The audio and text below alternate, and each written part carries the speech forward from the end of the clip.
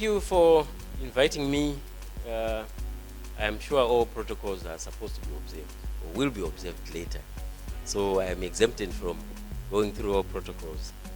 But thank you for joining us today. Thank you, everybody. The UK care sector is at a crossroads, and we have issues like rising demand, especially after COVID. We have staff shortages, which we have seen the government trying to take measures, allowing care organizations to get people from outside the United Kingdom. We have financial pressures and also a demand for innovative solutions for the care industry. So in this presentation, I will explore how integrated IT can address or contribute to the solutions of some of these problems, especially revolutionizing care delivery itself, and also empowering staff, both managers, executives, and also care workers themselves. We also think that health IT can ensure sustainability in the care industry. So let's proceed. First, I'll just briefly summarize what I will be talking about. The UK sector faces a perfect storm. 98% of agencies struggle to recruit staff, although the government measures have alleviated some of the situation. But even then, I'm sure many of you, even after recruiting internationally, you end up facing staff challenges, staff drop-off, and so on. We have rising costs. We also have tightening regulations, and also the question of compliance. Many of our businesses also, because the organizational setup, you are still yet to integrate some of the systems like occupational health, health IT, compliance, regulatory compliance, and so on. So, but there is obviously hope. There is always hope.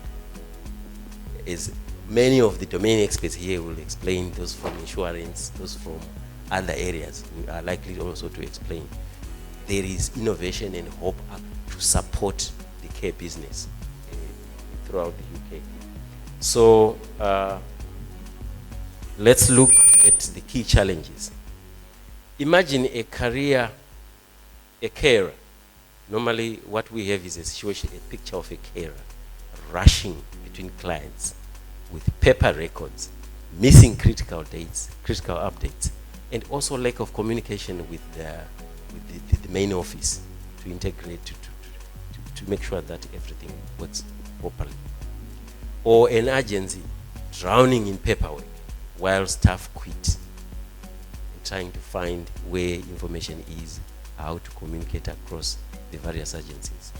These are not hypotheticals. I think many of you are living this on a daily basis. They are actually daily realities. So the good news is that at least technologies are it's an important solution to this. So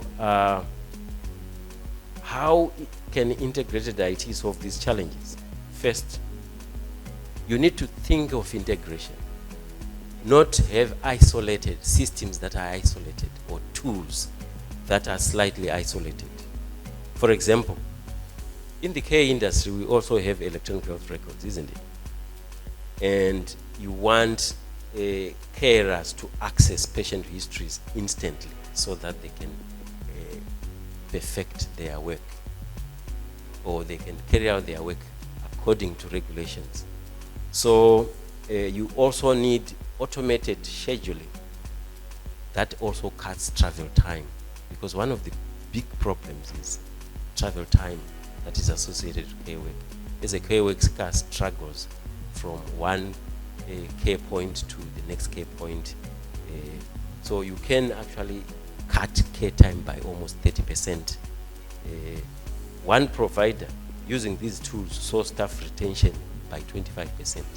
Running an integrated system can actually ensure that your carers don't leave, they are not complaining, they are happy, and therefore you can achieve the quality that is required, and you can then brand your company based on that quality. Right. Imagine a day in your agency where carers, clients, and managers are seamlessly connected. Not by paperwork though, and not even just by email, but by intelligent technologies. And the mind map I have here, is it possible to improve the lighting on the screen? Many of you may not see the mind map here. I have created this mind map to show some of the major aspects of a typical care business. We have business operations. Normally these are carried out at head office, not in the field. And then we have workforce empowerment. And then compliance and governance. This is a big area that many companies probably are not well set up. There are regulations that govern the way care businesses operate. And these are mandatory. They are mandatory. But it's one area, compliance and governance. And then infrastructure. By infrastructure, we cover quite a lot of things. Your offices, places for meetings, and everything. Particularly, the key aspect of your infrastructure should be a strong IT, integrated IT solutions for the entire business or aspects of this business. Then last, but very important, are clinical operations. Clinical operations are very important because that's the basis, that's the core of your business. So there are these 5 areas: clinical operations, workforce empowerment, business operations, compliance and governance, and infrastructure. So, this mind map is not just a diagram; it is a blueprint for the future of your care business. And okay, let's explore some of these core areas.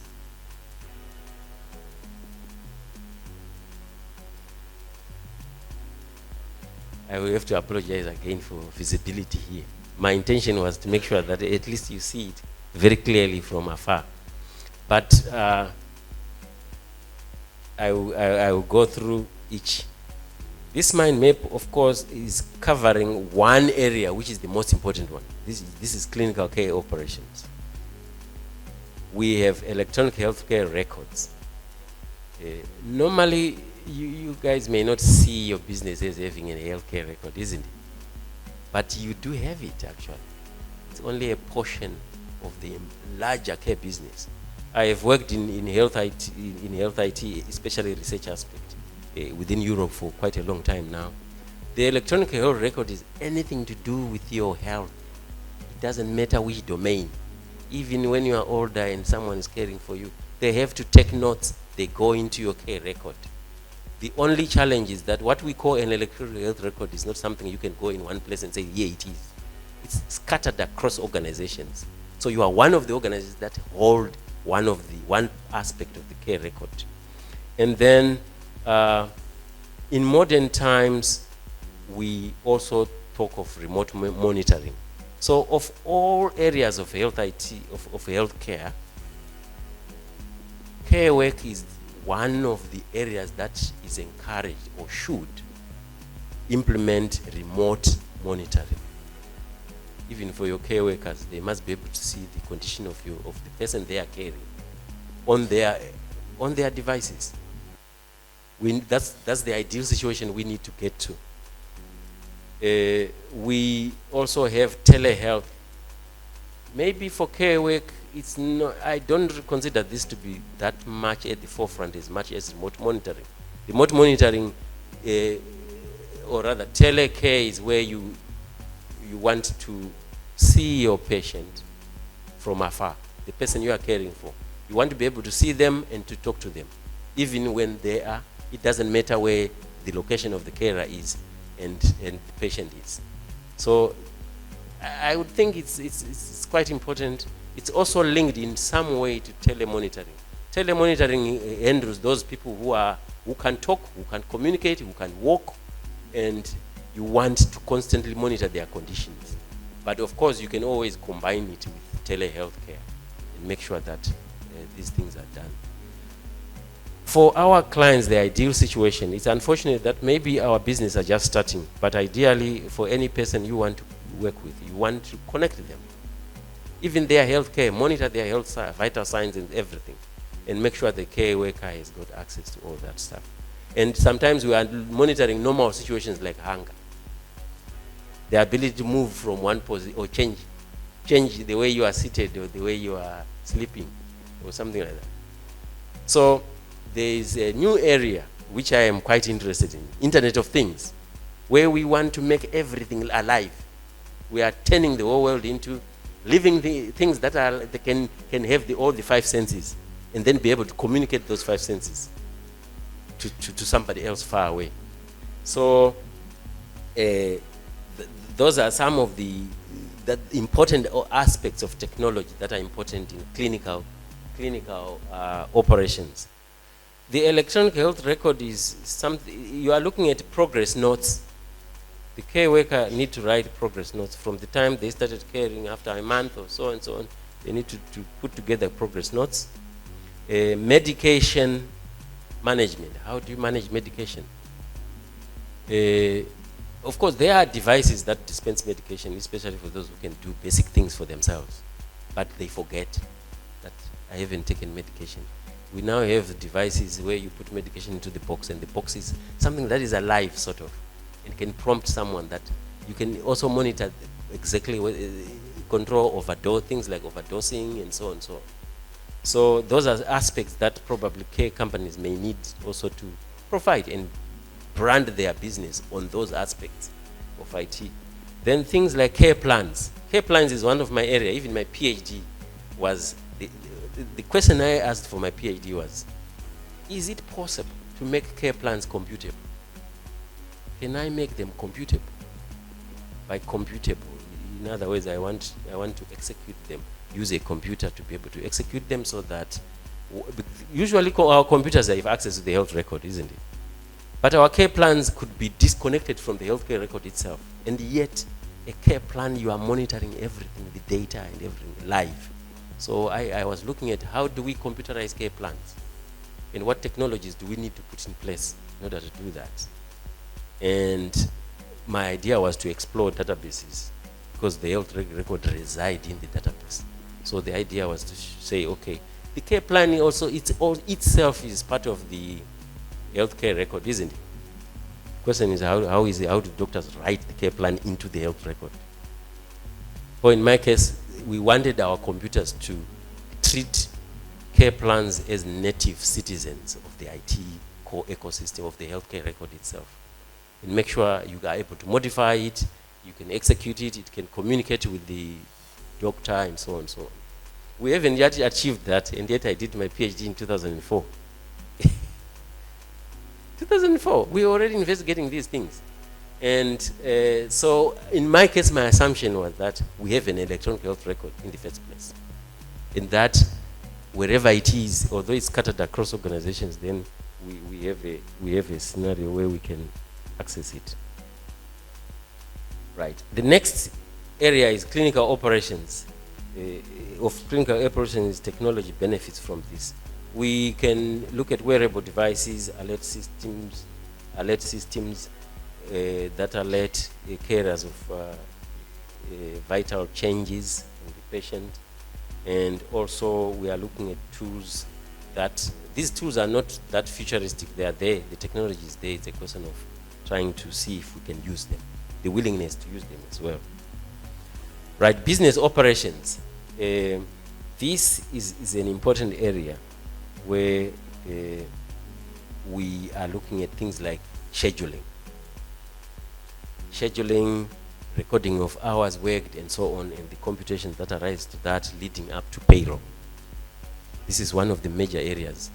2 months ago, I was in Australia. One of the challenges is the ability to accurately compute the hours, the travel time, and everything.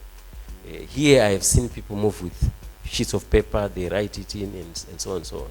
So this is another area where you need to automate everything from the beginning, from the source of the data, and achieve total automated billing that ensures that workers are paid faster while they become while maintaining patient privacy and carer privacy as well.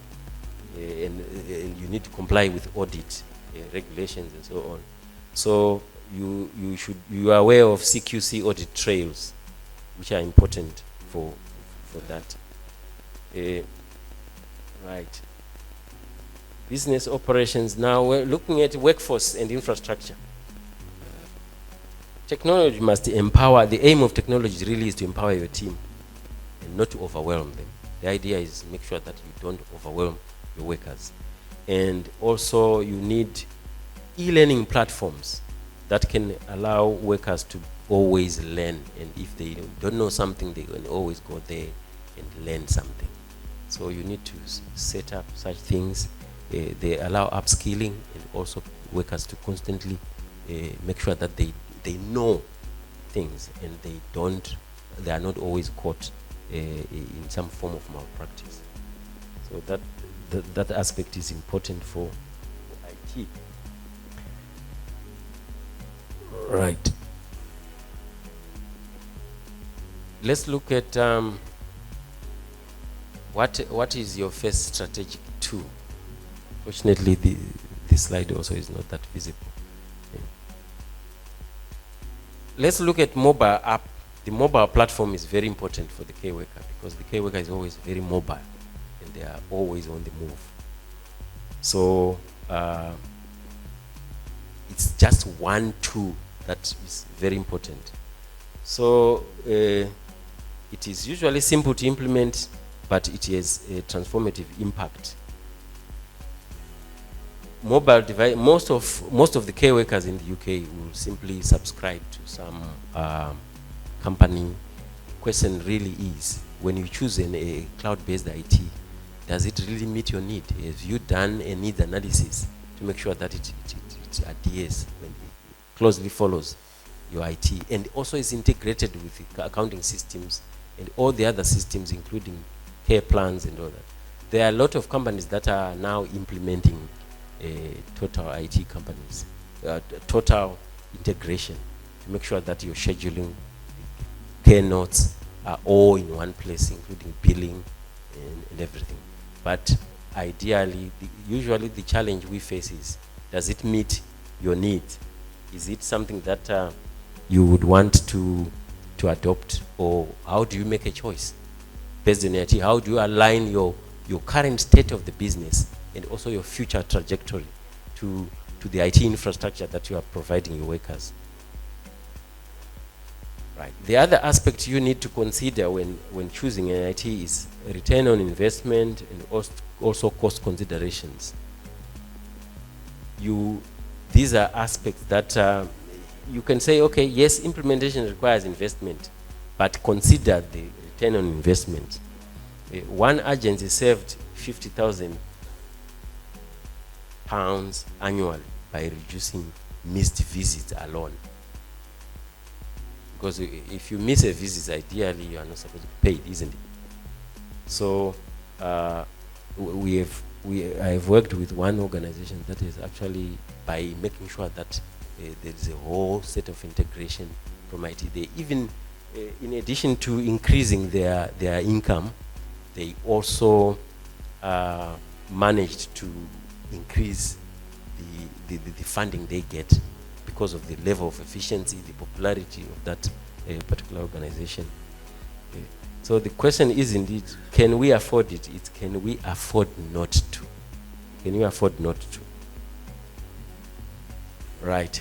I will not go through this case study. I have looked at Maastricht Hospital, which is in Europe, and it is 100% integration, but they achieved almost 70% of cancellations, and also they managed to retain their customers, their tenders, and so on being renewed.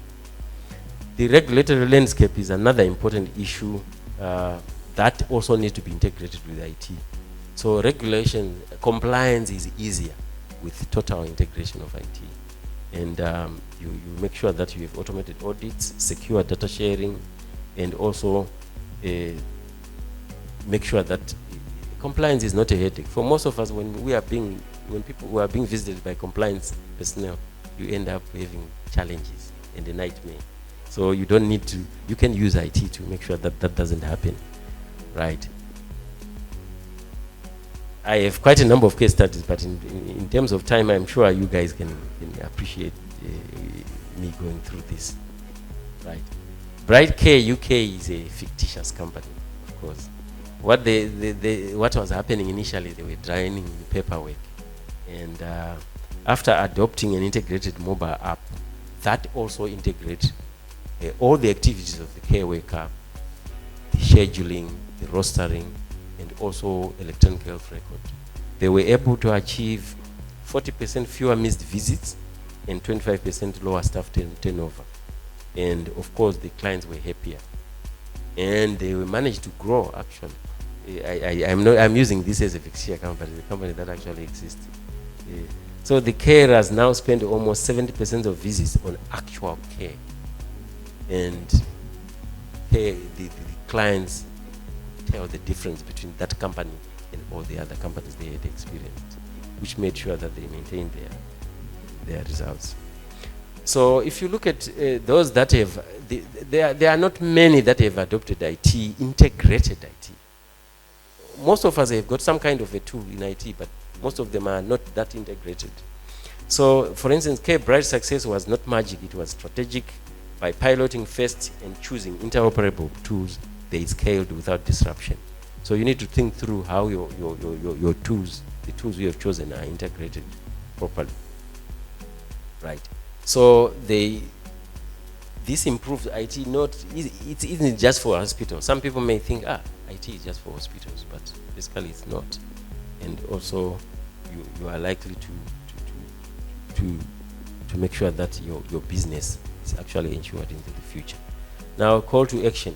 The future of home care is definitely integrated, and to achieve that, you do need to talk to IT experts. And in order to achieve efficiency, and also it must be human-centered, because the people who use IT are definitely humans who are going about the business, and the idea is to assist them and facilitate them. Our company, Cooper Health Support Services, is basically here to assist in this IT alignment to all the various arms of business, so that you can achieve all the benefits that I have outlined here. Right. Ideally, you can contact us. Usually, we start with a needs analysis. Right. Our company focuses on two aspects: health IT and occupational health. So we have a occupational health specialist and an IT specialist who are capable of ensuring, making sure that your IT is okay, it's aligned, and also assist in complying with all the regulations that we have. Right. Any questions? I hope I'm within time.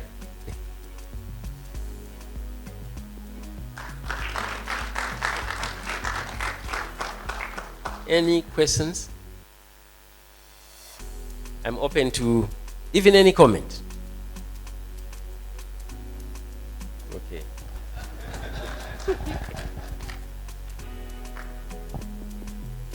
Right. Yeah. Question here. Thank you for your presentation. I just want to find out through your experience, one of the challenges which people who use this IT system is that while they are outwardly very decorated, the companies which market these services and these systems, they present them very well. But when the regulators come in, there are lots of shortfalls in systems, that's why you end up like what my brother here was saying. That's why you end up seeing us having 4 systems. CQC comes and identifies something lacking in this system. We go and buy another one which was identified. Then the council comes and identifies the 2 systems lacking. Then we end up with, is there a body which controls how these are developed before they are released for public market?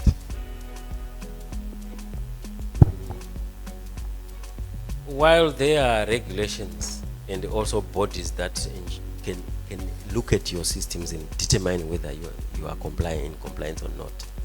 I don't think on the other side of development there is an overseeing body that looks at a particular piece of software you have developed to determine whether it complies or not. Currently, the guideline is that when you develop systems, just make sure it complies. I don't think there is compliance on the side of software development yet. But we developers, when we develop software, I will have the GDR on my as a manual to develop systems. And also the developers themselves need training in IT, because to be honest, when I'm writing a piece of software, piece of code that performs a particular function of your business, my issue is to make sure the business functions works. IT is not the core. I mean, security and privacy are not the function. It's a non-functional requirement. We call it a non-functional requirement, which means even for your business, you want to do the job, isn't it? The software should focus on doing the job. Security is something that comes on the periphery of the actual function. So it's now up to a properly trained developer to start with security at the core, security and privacy at the core. And many people who develop software don't do that. Their job is that they focus on, you as an organization may say, I want a rostering system. So I just make sure that it does roster, isn't it? Right. But the issue of whether rostering has got privacy in it and so on, it's non-functional. It's not part of the job of rostering, isn't it? So that's why developers tend to think about it last. But of course, if I train developers myself, I would make sure that security is at the core.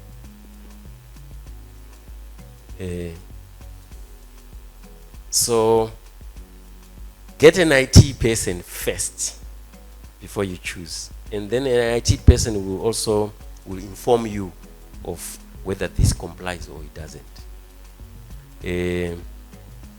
You also want to see whether they have considered all the regulatory compliance. It's something easy that you can verify yourself. Say, okay, you have done your assessment and say recommend this software. Where is the compliance matrix for it? Any question or comment?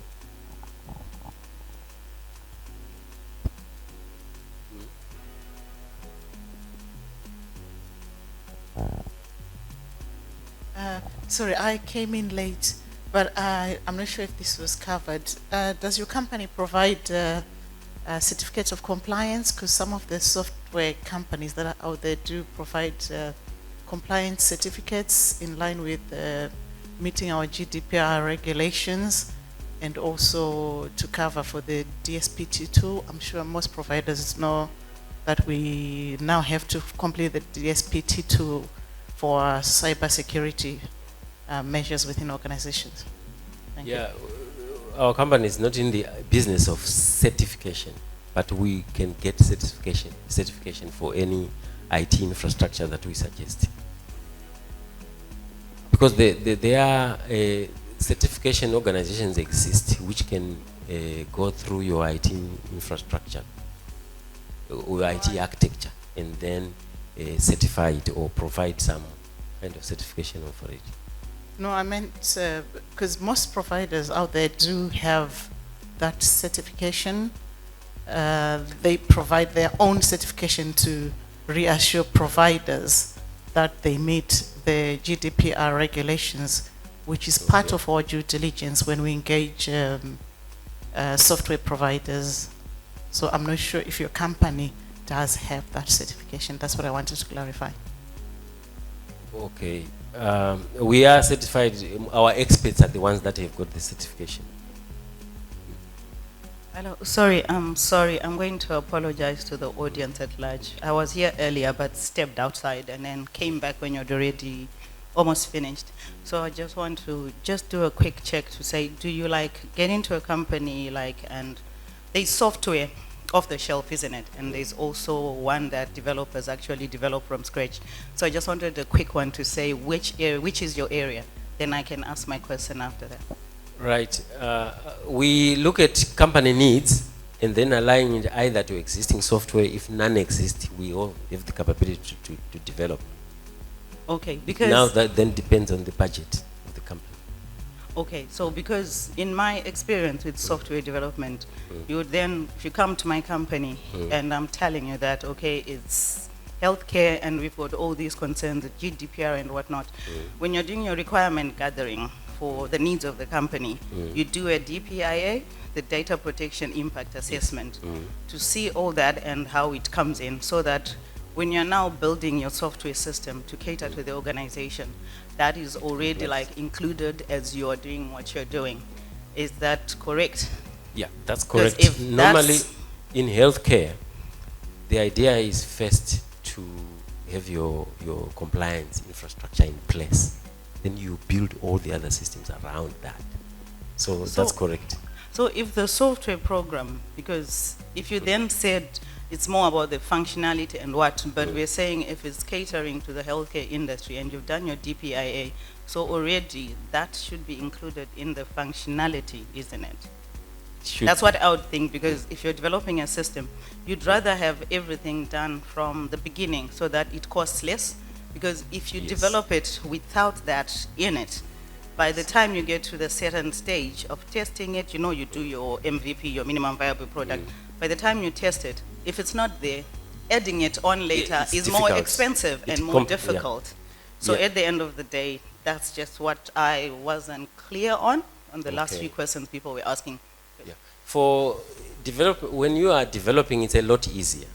Our Yeah, approach is yeah. to have your compliance infrastructure first. Even if you look at Amazon, the way they build the cloud infrastructure for software development, they have security infrastructure first. Then your systems are already in compliance before you start developing the modules. But when we are recommending software for an existing piece of software, we have to do the analysis and make sure that it does comply. And there is compliance certificates for that. Oh, so you'll tailor that off-the-shelf system to suit the kind of business that, you know, Yes. is being used for and all that is catered for. Okay, no, that's fine. Thank you.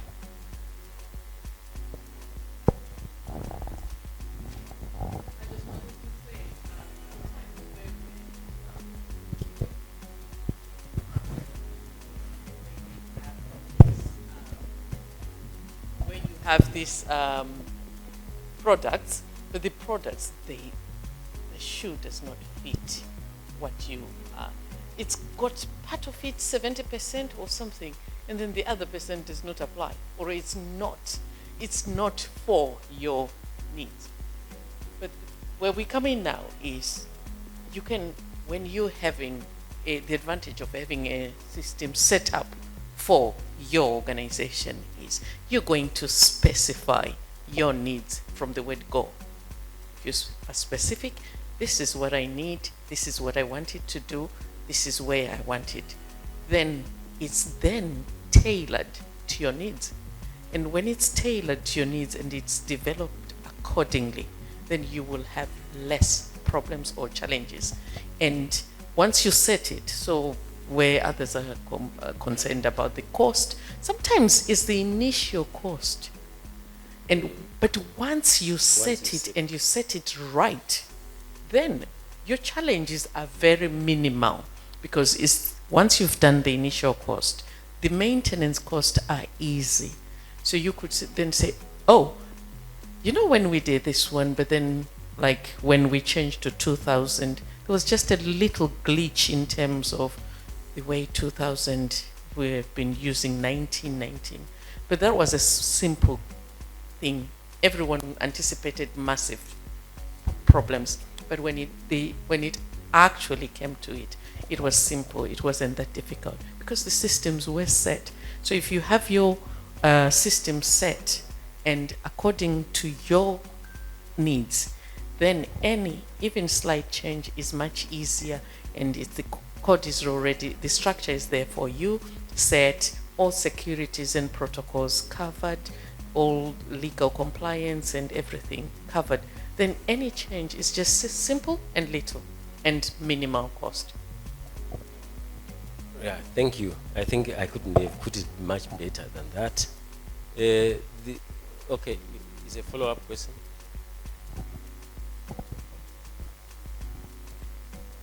I just want to say we've been using electronic records since 2018. And the problem that we have in the market at the moment is we cannot find a system that is robust enough to accommodate both care planning, HR function, as well as scheduling, and especially with the scheduling part, the geomapping, which is quite important in dom care. So I don't know if your system would cover all that, because at the moment in the market, there is no system at all that does that effectively. Right. To develop such a system, usually, we would need to study the care sector thoroughly, and also make sure that we have access to all the care requirements of various companies, because that's the market space. So currently, we do not have that system built fully yet to cover all those aspects. But if there is a need for it, we would come up with that. So the question is the entire, all the companies interested in that? If once there is a need for such a system, then we can put all the modules together.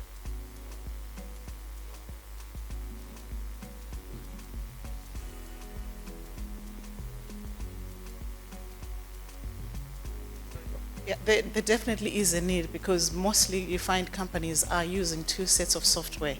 And if you venture into different aspects of the business, like if you want to do scheduling for, let's say for supported living and scheduling for dom care, that's different as well, because dom care you're talking of 30-minute visits, whereas supported living you're talking of 1 hour shift, 1 day, or 12-hour shifts or longer. And it becomes very, very difficult to find a system that is robust enough. And at the moment, yeah, I'm aware that most providers are looking to simplify functions to put all under one roof. So you find people use one software for scheduling, including all the reporting, payroll, electronic call monitoring, and all the functions and reports that are required, as well as one system for care planning, risk assessments, and stuff like that. And then for you to get another software which will look into all HR functions and training and all that. So you find it's currently impossible to find a system that does all. So I think that's basically what the market requires, a system that encompasses all. I know there is one provider that is actually working on covering everything, but at the moment I know their reporting systems are not yet 100%. Their geomapping has been an issue, and also the speed of the system has gone down with them encompassing everything. So I think it will be tricky to, if a company can crack that code, then you will definitely solve a problem. One problem we have is communication between the users, or the care companies and the developers. Currently, we don't have a clear and straightforward platform where the two can be brought under one roof, then communicate effectively all those requirements. So most of the time you find developers don't have access to you guys as a company, especially if I am a company that is developing generic software. I may look at the core functions only that are probably covered in the UK, Australia, Canada, and all that stuff, so that you can sell your product over. So in that case, you only look at a common denominator set of functionality, which you can then support. And then most companies, they only give room for people who want to then modify and add modules, who are willing to say, okay, we need this feature, could you develop this component for us, and so on, to add on to the software. But for a company like the UK, I think we need a platform where users, companies like you guys and developers can meet and then come up with a set of requirements. Like your set seems to be quite good, and I will be interested in talking to you so that we can come up with an entire set of functions that are required.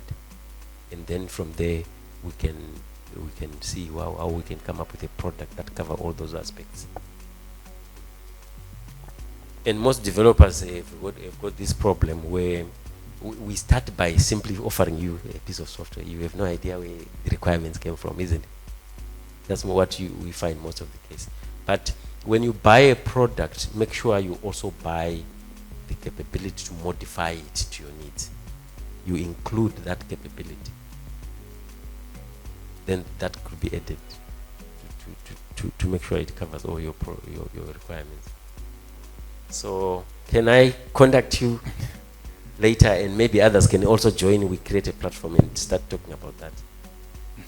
Yep, sorry, just to interrupt you, Doctor. I think we're going to open for maybe two last questions, and then you can always consult Dr. Kuda later so that we keep up with the program, and then so that you can just wrap it up. So we'll open the floor for maybe 2 more questions. I see we've got the first one here.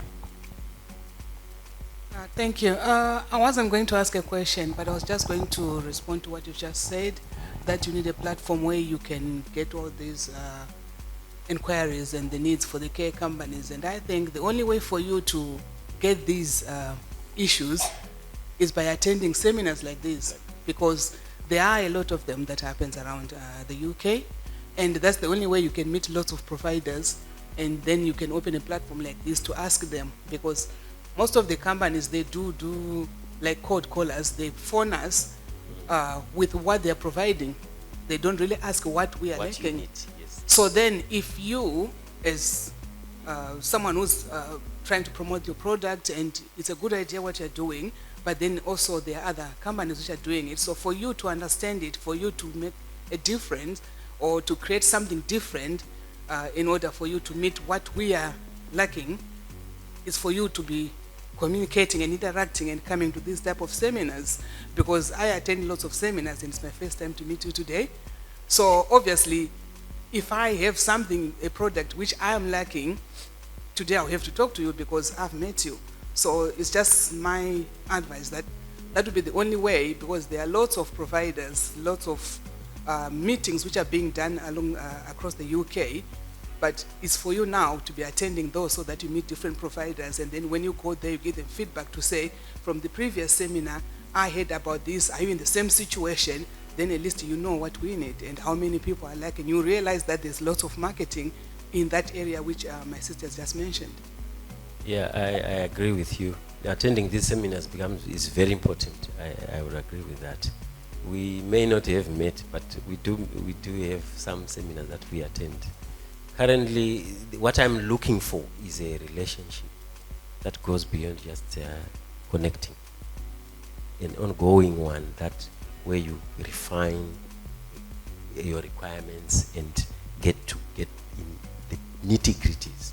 In other words, you should be willing to open up your company for me to come up and, observe, study, and come up with a set of requirements that matches, that is quite clear to your organizations. One project that I'm working on at the moment is in Israel. Maccabi is an equivalent of an HS Trust in Israel. And these guys have been computerizing health record for a long time. Almost everybody in Israel has got a massive health care record from cradle to grave. So now what we are talking about is developing IT over all the data. So at least that's it at another level. Unfortunately, I've been operating at those levels more than directly, but it's now we are starting to. What I want is a ongoing commitment and relationship. That's what leads to quality products. Seminars, yes, but you don't want seminars where you just attend, we meet and we talk like this. But we need to then have a long-term relationship where you can tell that the development of this product we were involved on a long relationship. So that's what I would encourage. Yes, attending seminars, linking up, and then constantly being together throughout the development of a product. So I will be very interested in companies that would come up with that, and we set up a communication platform that goes for a long way.